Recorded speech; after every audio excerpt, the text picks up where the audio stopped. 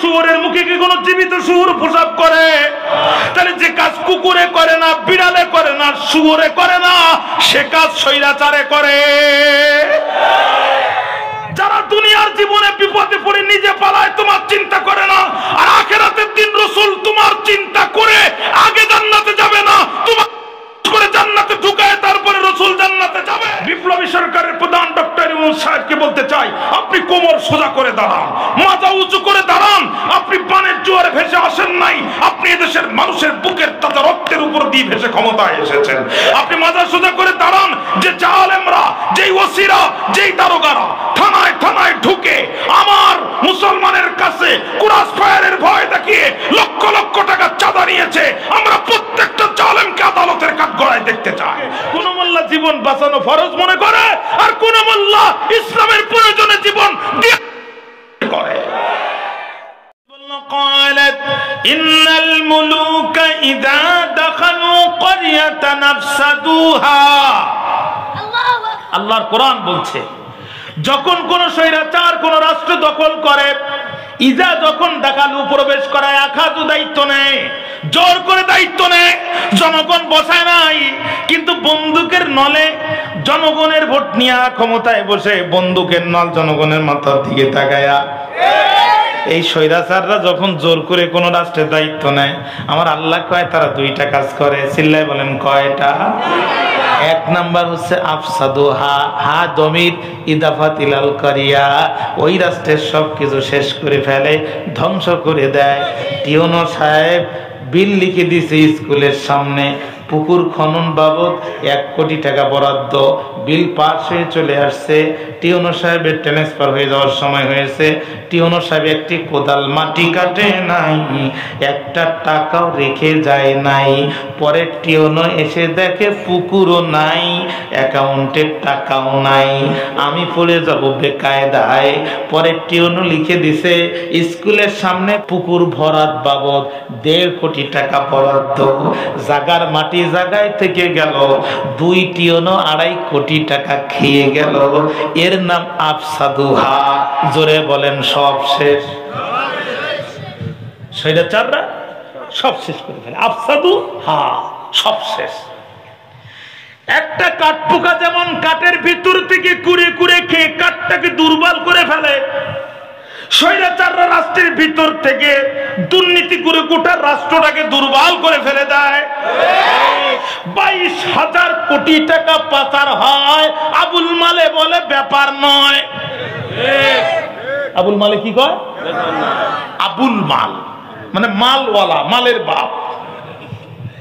আমাদের সাবেক অর্থমন্ত্রী আবুল মাল, ভারতের সাবেক অর্থমন্ত্রীর নাম এসকে বাল। কি নাম বললাম? বহু হিসাব কিতাব করি দেখলাম এই বাল মাল দিয়ে রাষ্ট্র চলে না। রাষ্ট্র চালানোর জন্য আল্লাহর কোরআন দরকার, আর খলিফা ওমরের মতো নেতা দরকার, যারা ছিঁড়া জামা পরে মন্ত্রী হবে কিন্তু জনগণের টাকা কুকুরের পায়খানার মতো হারাম মনে করবে। এইরকম নেতা ছাড়া এ জাতি দুর্নীতি মুক্ত হবে না। লিল্লাহি তাকবীর, লিল্লাহি তাকবীর। তোমার নেতা আমার নেতা, মনোযোগ আছে আমার দিকে। আহা, সব শেষ, কিচ্ছু নাই। রডের বদলে বাস, আফসাদুহা। বালুর বদলে ধুলা, আফসাদুহা। ক্যাসিনোর টাকা দিয়ে শিল্পপতিদেরকে ফকির করে দিয়েছে, আফসাদুহা। এক শিল্পপতির ইন্টারভিউ দেখছিলাম বিবিসিতে।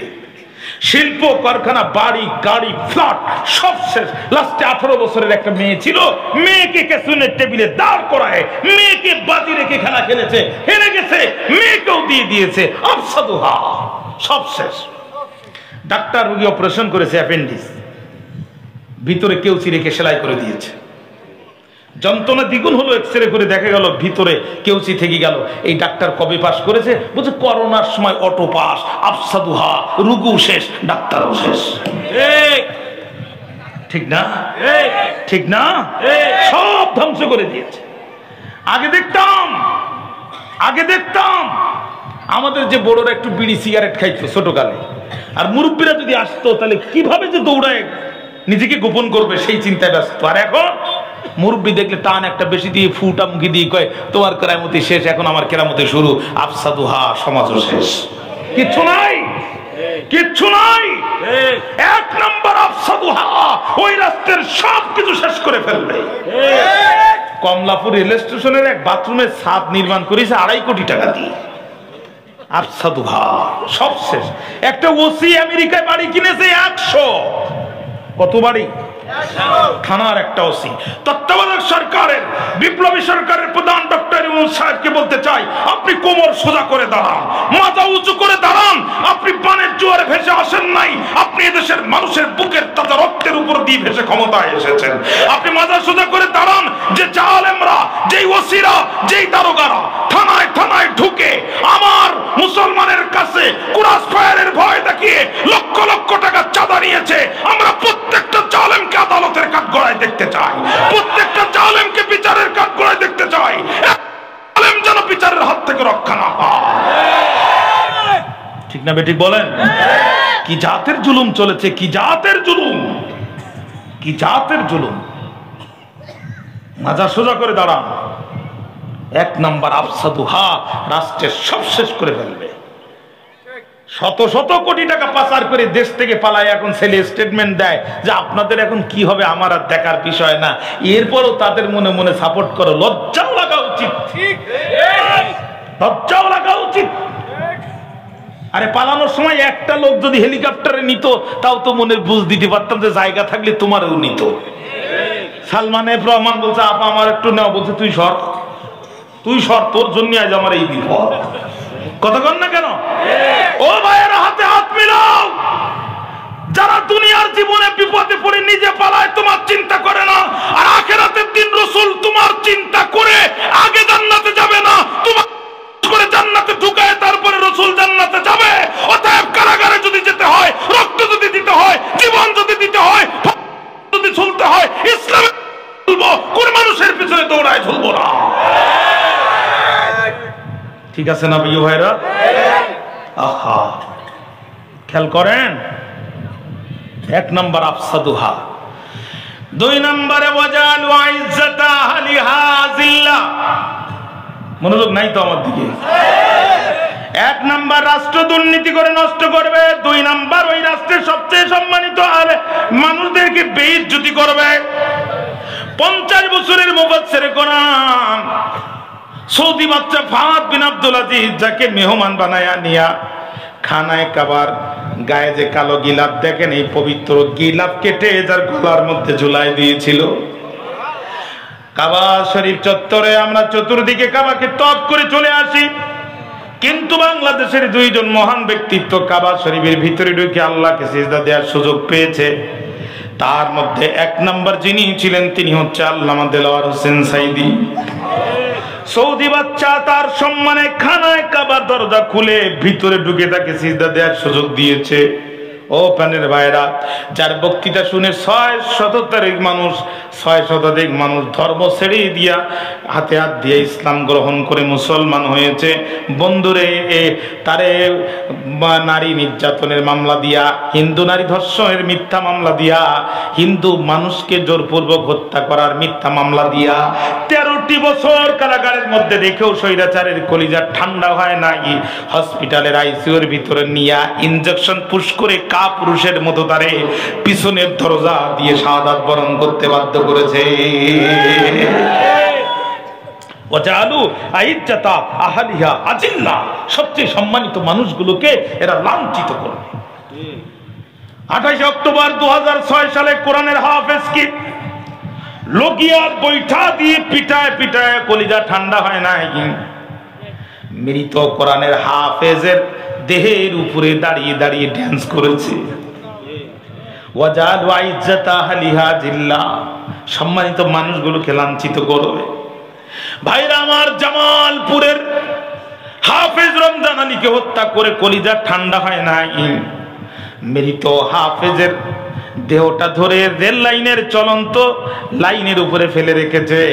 চলন্ত ট্রেন বুকের উপরে যে মৃত মানুষের দেহটা 3টা খণ্ড হয়ে গেছে। বুয়েটের মেধাবী ছাত্র অপরার ফাহাদের কথা আপনারা ভুলে গেছেন প্রাণের ভাইরা। মুখের মধ্যে দাঁড়িয়ে 5 ওয়াক্ত নামাজ পড়ে, বন্ধুদেরকে নামাজ ডাকে।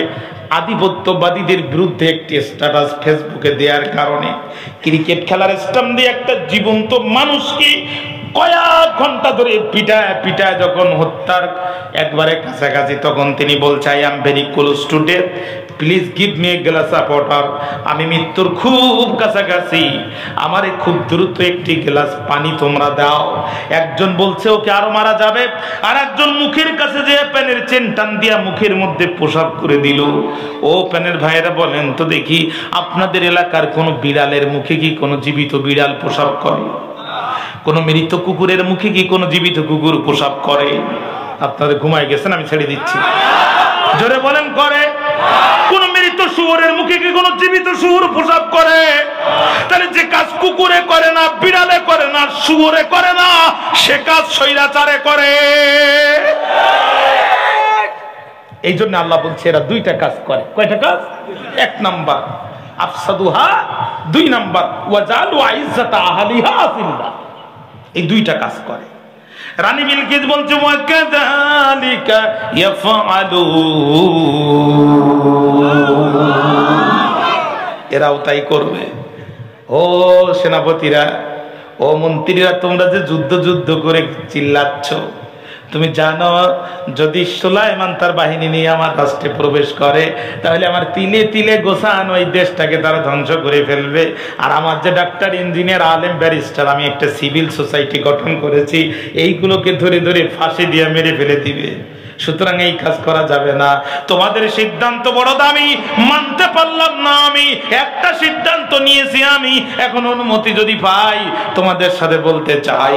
মন্ত্রীরা বলল অসুবিধা নাই রানী, আমাদেরটা শুনিয়েছি, আপনারটা শুনতে চাই। বিলকিস তখন বলে ওয়াইন্নী মুরসিলাতুন ইলাইহিম বিহাদিয়াতিন ফানাজিরাতুম বিমা ইয়ারজিউল মুরসালুন।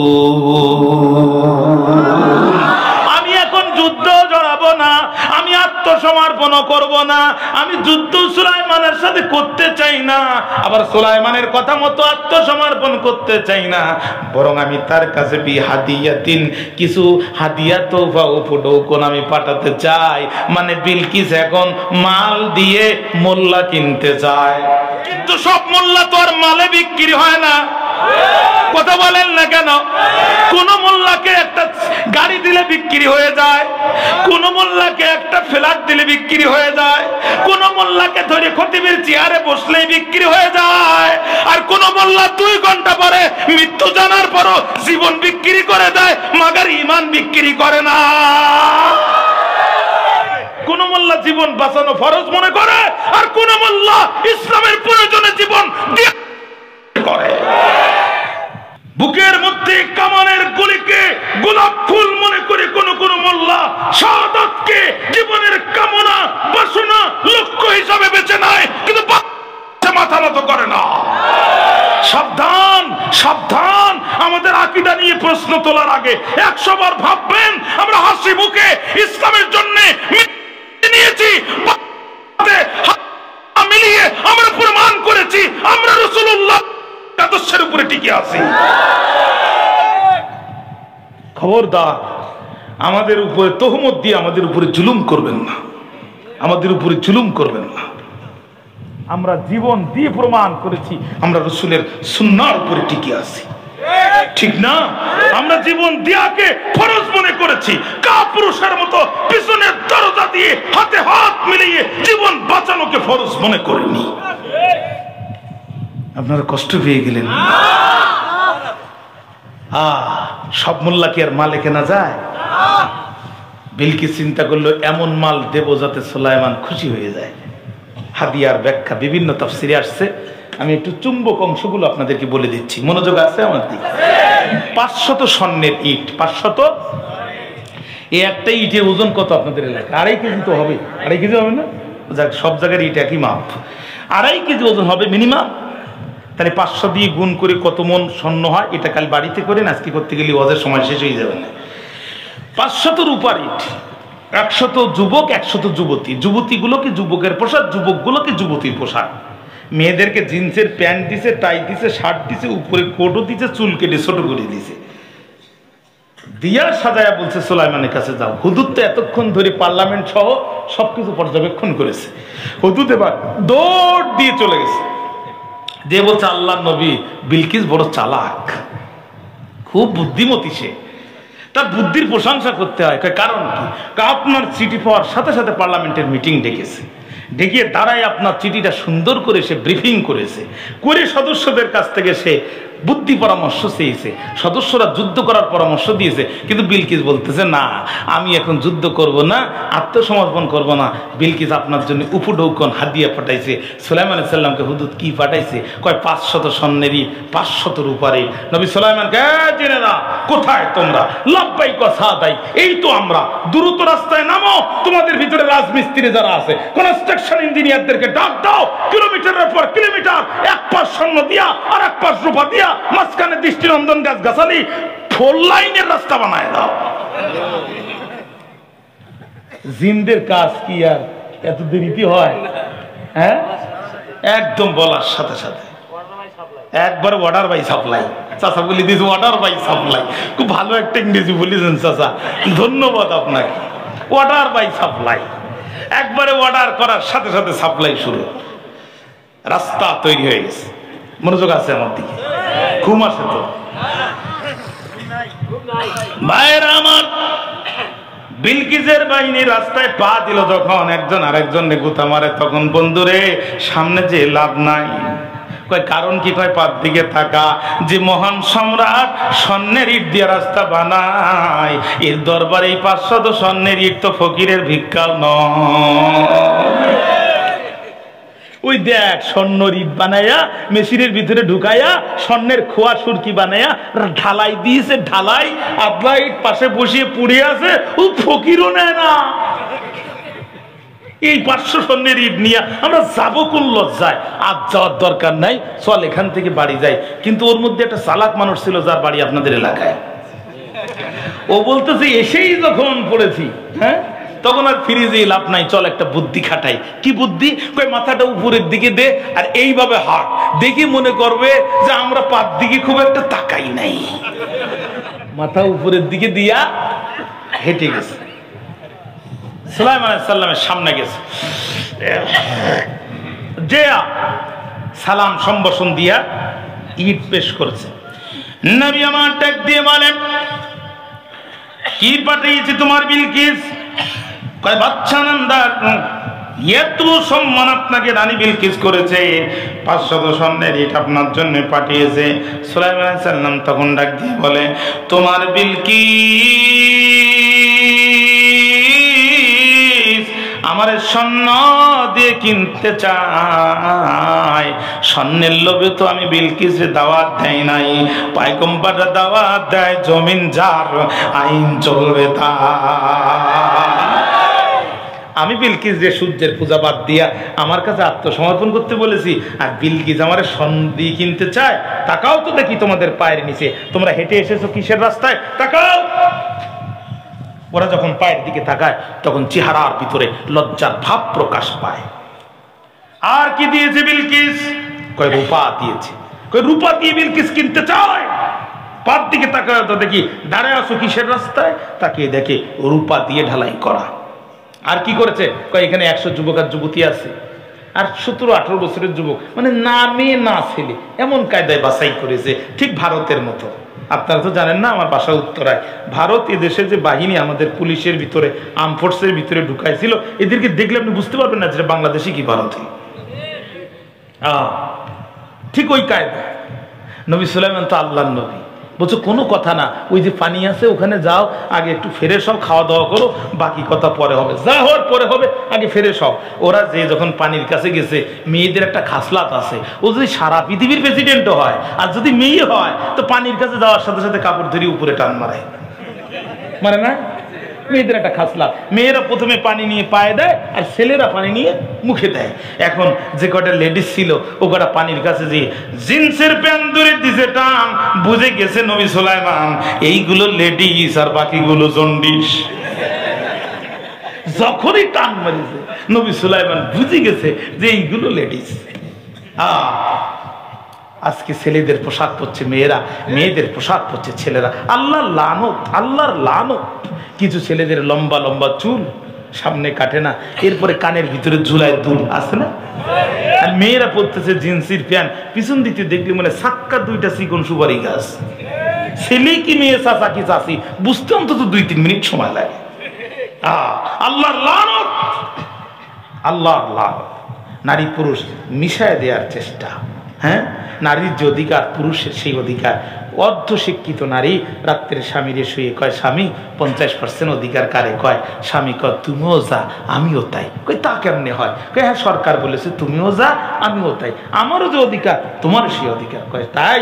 বলে হ্যাঁ। বলে তাহলে সরকার তো বলেছে 2টার বেশি সন্তান নয়, একটা হইলে ভালো হয়। তা আমরা যেহেতু একটা হয়েছে আর একটা নেওয়া দরকার, যেহেতু তোমার আমার সমান অধিকার, পরেরটা পেটে নেওয়ার দায়িত্ব তোমার। কথা কন, কথা কন, কথা কন। সম্ভব? তখন আর বেটা কথা কয় না।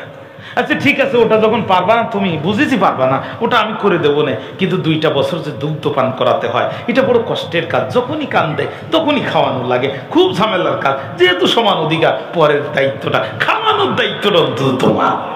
বেচারা কয় তা কেমনে হয়? তবে আল্লাহ যার যেখানে দিয়েছে ওখানে বাটপারি করার সুযোগ না। আর রিজালু কাওয়ামুনা আলান নিসা, পুরুষকে পাঠাইছে আল্লাহ মহিলাদের নেতৃত্ব দেওয়ার জন্য। টায়ারকে বানাইছে কোম্পানি শক্ত করে যাতে ভিতরে টিউকে সে প্রোটেকশন দিতে পারে। কথা বুঝেননি? এখন যদি টিউ মিছিল করে টায়ার, ভাই তুমি থাকো বাইরে আমি থাকি ভিতরে, গরমে আমার জানটা অতিষ্ঠ হয়ে যায়, একটা বার তোমার ভিতরে ঢুকে আমি একটু বাইরে হওয়ার চাই। আন্দোলন সংগ্রাম দিছে এমন জমায়ে, শেষ পর্যন্ত টায়ার বাধ্য হয়ে নিজে ভিতরে ঢুকে টিউরকে যখন বাইরে যায়, বলেন তো লিক হতে হতে ওর ভলপিন কি খুঁজে পাওয়া যাবে? ভাই জোরে বলেন যাবে? দেশে এতগুলো সুন্দর পুরুষ মানুষ, উকিল, অ্যাডভোকেট, ব্যারিস্টার, পিএইচডি, এমফিলের অভাব নাই। এই পুরুষ মানুষ আমাদের পছন্দ হয় নাই। আমরা টায়ার থেকে টিউকে বেশি প্রাধান্য যখন দিয়েছি, এমন কায়দায় লিক হয়েছে শেষ পর্যন্ত পিছনের দরজা দিয়ে লিক হয়ে ভলপিন আউট হয়ে পাশের দেশে যেই পড়েছে। কথা বলেন? এই জন্য এখন টায়ারকে দায়িত্ব পালন করতে হবে, এই টিউ দিয়ে কাম হবে না।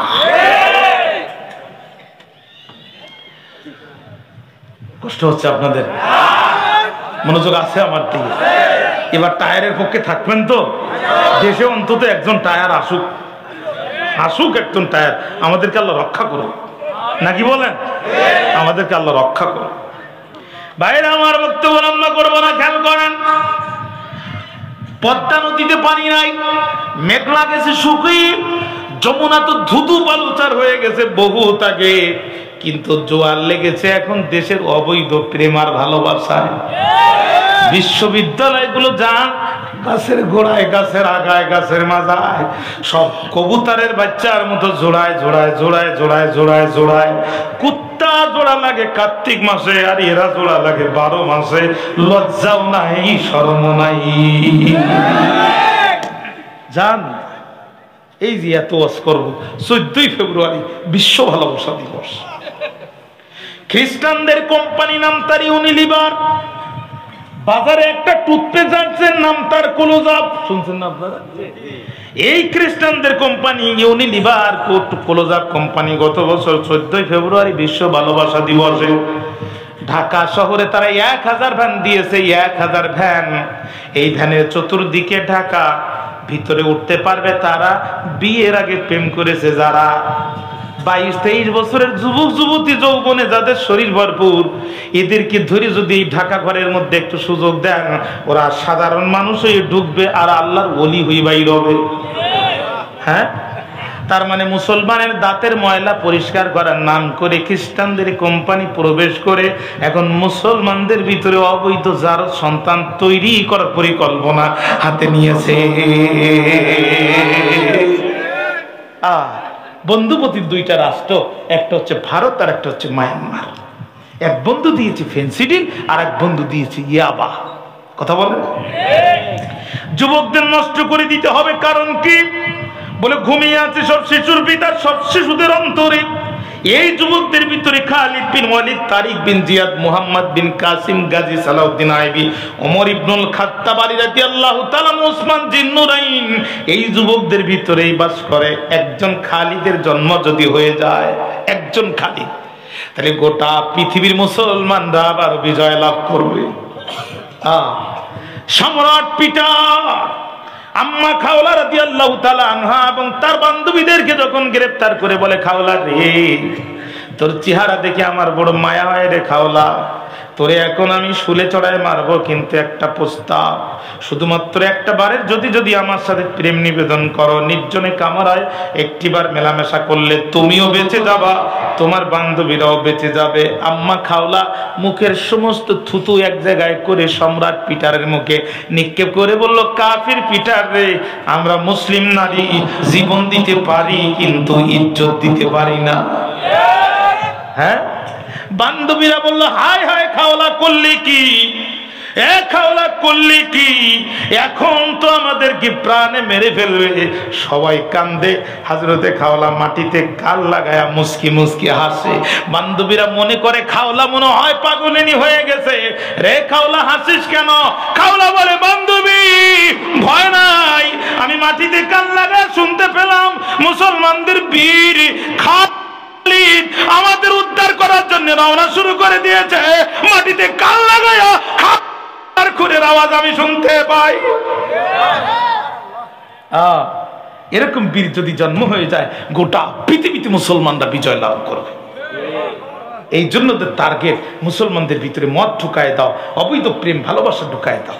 হ্যাঁ, আল্লাহর পয়গম্বর সুলাইমান আলাইহিস সালাম উনি তাড়াতাড়ি করে বুঝে ফেললেন, বলে দিলেন এইগুলো নারী, এইগুলো পুরুষ। এবার তিনি খেপে গেলেন। ফালাম্মা জা সুলাইমান ক্বালা আতুমিদুনানি বিমালিন, মাল দিয়ে আমাকে কিনতে এসেছো, আমি তো মালের জন্য বিলকিসকে দাওয়াত দেইনি। ফামা আতানি আল্লাহু খায়রুম মিম্মা আতাকুম, আল্লাহর পক্ষ থেকে তোদের কাছে যা এসেছে তার চেয়ে অনেক ভালো কিছু আমার কাছে এসেছে। 500 স্বর্ণের ইট দিয়া আমাকে কিনতে এসেছো, আমি তো স্বর্ণ দিয়ে রাস্তা বানিয়েছি। বাল আনতুম বিহাদিয়াতিকুম তাফরাহুন, বরং তোমরা তোমাদের হাদিয়া নিয়ে খুশি থাকো, ও হাদিয়া আমার দরকার নাই। যারা ইসলাম মানে না, আল্লাহকে সিজদা করে না, ওদের হাদিয়ার দরকার নাই। ইরজি ইলাইহিম, ফিরে যাও তাদের কাছে, বলে দিও তোমার বিলকিসকে, ফালানাতিয়ান্নাহুম, আমি অবশ্যই সুলাইমান আসবো, একা একা আসবো না, বিজুনুদিন, সেনাবাহিনী নিয়ে আসবো। আমার সেনাবাহিনী যেন তেন সেনাবাহিনী না, পিঁপড়া আমার সেনাবাহিনী, জিনও আমার সেনাবাহিনী। পিঁপড়া যুদ্ধের ময়দানে লুঙ্গির মধ্যে ঢুকে এমন জায়গায় কামড়াবে, যখনই চুলকাতি দেবা জিন শুধু ঘুষি মারবে, ঘুষি খাওয়া কিন্তু লোক খুঁজে পাবা না। কথা কন না, ওই সেনাবাহিনীর ওই জুনুদের মোকাবেলা করার ক্ষমতা বিলকিসেরও নাই, বিলকিসের 14 পুরুষেরও নাই।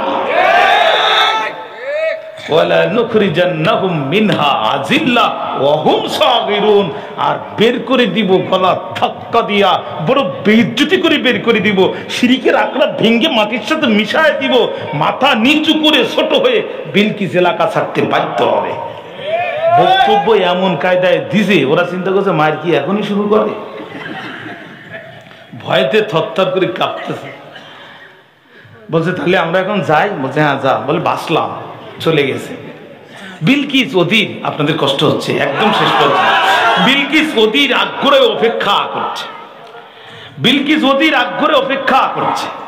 এইবার ওরা যখন চলে আসছে, তখন বিলকিস বলছে, এই নিচে ইট নিচে, কই ও তো দেশের ফকিরও নেয় না, কই কই হ্যাঁ আপনি স্বর্ণ দিয়ে কিনতে গেছেন কাকে? যিনি স্বর্ণ দিয়ে কিলোমিটারের পর কিলোমিটার 4 লাইনের রাস্তা বানাইছে, তাকে আপনি স্বর্ণ দিয়ে কিনতে চান? এরকম স্বর্ণ কত হাজার মন দেখলাম রাস্তার পাশে আগলা ইট হয়ে পড়ে আছে, ফকিরও শুয়ে দেখে না। কয় রূপা, কয় ও তো আর মোটে দেখেই নি। কয় ছেলে মেয়ে চিনতে পেরেছে? কয় ও তো এক ধাক্কায় চিনেছে, এত সুন্দর করে মেয়ে সাজালাম, শুধু কাপড় ধরি টান মারে। কয় আর কিছু বলেছে? কয় একটা লাইন বলেছে। কয় কি? কয় সে আসবে, একা একা আসবে না, 20 জনদিন সেনাবাহিনী নিয়ে আসবে। আর তা পিঁপড়াও বলে সেনাবাহিনী, আর জিনও বলে সেনাবাহিনী। কোনো গোলা বারুদ অস্ত্র টস্ত্র না। পিঁপড়া বলে জাগা মতো কামড়াবে, আর এই সুযোগে জিন বলে শুধু ঘুষাবে। বিলকিস তখন বলতেছে এখন তোমরা কি করবা? রানী গো ভয় নাই, আমরা আপনার সাথে নাই। এতদিন সুবিধা নিয়েছি, আপনার পক্ষে স্লোগান দিয়েছি, 1 টাকাও নেব না, আপনার কথা শুনবো না, কারণ আপনি এখন পাওয়ারে নাই। আপনি পালায়ে বিদেশে আস্তানা নিয়েছেন, আপনার পক্ষ নেয়া আর বউটারে বিধবা করা এক সমান। যারা চালাক তারা বুঝবে, আর যে কটা তুষি বাঙালি এই কটা মার খেয়ে মরি যাবে। হ্যাঁ, মার খেয়ে মরি যাবে এই কটা। বাবা বোঝো, এখনো বোঝো। বিলকিস কয় তাহলে তোমরা কি করতে চাও? আপনি থাকেন, আমরা অন্তত আত্মসমর্পণ করি, পিঠটা বাঁচাই। কয় না, টোটাল বাহিনীটা প্রস্তুত করাও, সূর্য অস্তমিত হওয়ার পূর্বে আমি সুলাইমানের কাছে কমপ্লিট আত্মসমর্পণ করে মুসলমান হতে চাই। তাহলে ইসলামের জন্য ময়দানে হুঙ্কার দেওয়ার দরকার আছে না নাই? লিল্লাহে তাকবীর। আল কোরআনের আলো, আল হাদিসের আলো, তোমার নেতা আমার নেতা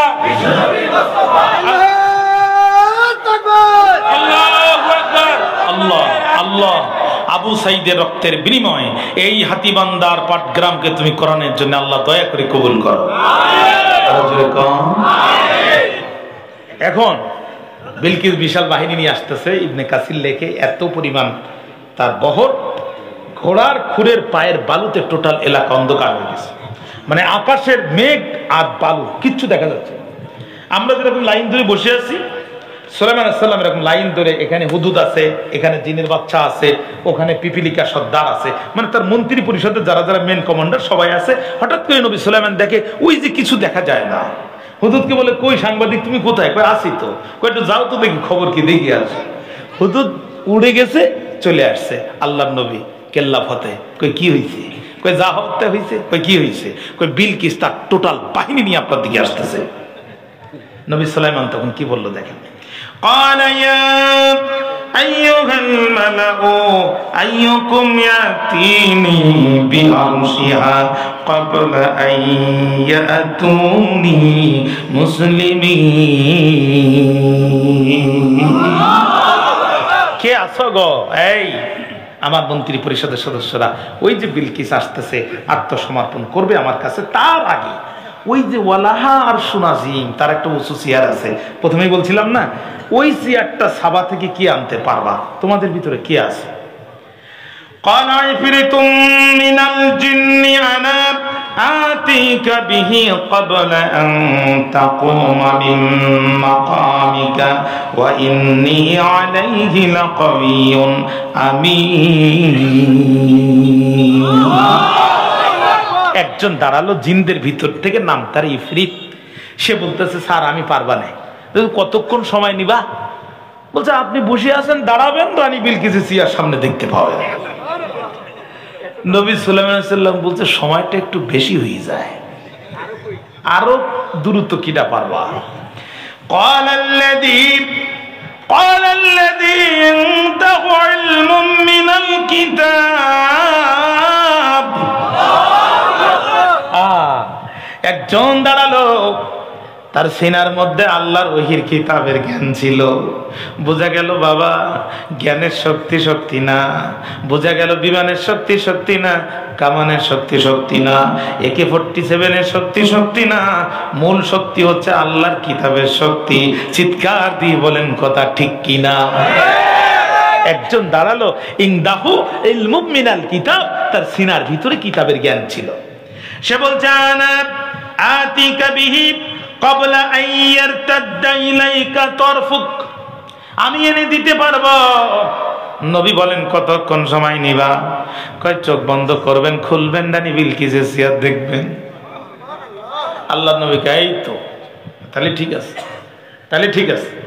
কথা বলতে বলতে চোখের পলক ফেলেছে, চোখের পলক ফেলার আগেই দেখছে যে চেয়ার সামনে হাজির গোটা পৃথিবীর প্রেসিডেন্ট নবী সুলাইমান প্রাণের ভাইরা। বাতাসে তিনি ওড়েন, জিন সেনাবাহিনী পিঁপড়ার গল্প তিনি বুঝতে পারেন।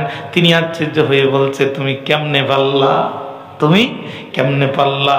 জবাব দিচ্ছে, আমি আমার বাহু বলে পারি নাই, হাজা মিন ফাদলি রব্বি, এটা আমার দয়া। ও হাতি বান্দার ভাইয়েরা, রাত 12টার পরও কোরআনের মাহফিলে আমরা যে বসে আছি, আমরা আমাদের বাহুর বলে পারি নাই, শক্তির বলে পারি নাই, ক্ষমতার বলে পারি নাই। আল্লাহ আমাদের উপরে দয়া করেছে, এই জন্য আমরা বসতে পেরেছি। আমরা যে কোরআনের পক্ষে স্লোগান দিয়েছি, এটা আমরা বংশের জোরে পারি নাই, এটা আল্লাহ আমাদের দয়া দিয়েছে তার পক্ষে স্লোগান দেওয়ার জন্য, এজন্য আমরা পেরেছি। হাজা মিন ফাদলি রব্বি, এটা আমাদের কোনো ক্রেডিট নয়, সব ক্রেডিট কার? জোরে বলেন, সব কার? ইতিমধ্যে বিলকিস চলে আসলো। বিলকিস চলে আসার পর নবী সুলাইমান, কেমন আছেন, ভালো আছেন, সালাম আলাইকুম বলে বলতে, দেখেন তো চিনতে পারেন কিনা, মানে চেয়ারটাই প্রথম দেখাইছে।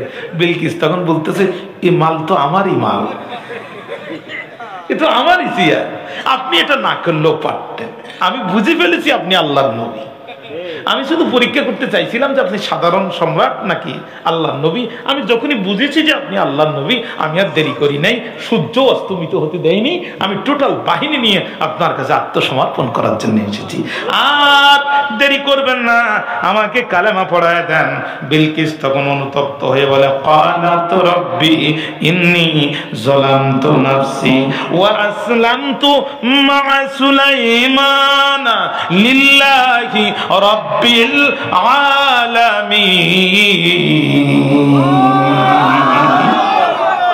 আল্লাহ, তোমাকে বাদ দিয়া গোটা জাতি সহ সিজদা করেছি সূর্যকে, জলামতু জুলুম করেছি আমি, নাফসি আমার নিজের উপরে, ওয়া আসলামতু এখন আমি আত্মসমর্পণ করছি, মা সুলাইমান সুলাইমানের সাথে, লিল্লাহি রাব্বিল আলামিন রব্বুল আলামিনের কাছে। বিলকিস মুসলমান হয়ে গেল। ভাইরা, তাহলে এখন আসেন, আমাদের জীবনে যা গেছে গেছে, পাস্ট ইজ পাস্ট। যে নির্যাতন করেছেন, আপনার পাশের বাড়ির প্রতিবেশীকে র‍্যাব দিয়ে, ধরাই দিয়ে, কোরাসপাইট দিয়ে হত্যা করেছেন। পাশের গ্রামের মানুষটার ব্যবসা প্রতিষ্ঠানে আগুন জ্বালাই দিয়েছেন। ইমাম সাহেবের মাদ্রাসার শিক্ষকের চাকরির বেতন 17 বছর ধরে আপনারাই তুলে খেয়েছেন। যা করছেন করছেন, যা করছেন করছেন। মামলা যেটা থানায় হয়েছে, ফয়সালা হবে আদালতে, আপনারও হাত নাই, আমারও হাত নাই। এখন আসেন, জীবনে একটাবার হাতে হাত মিলাই, আপনি আমার ভাই, আমি আপনার ভাই, কোরআনের পক্ষে আওয়াজ তুলতে চাই।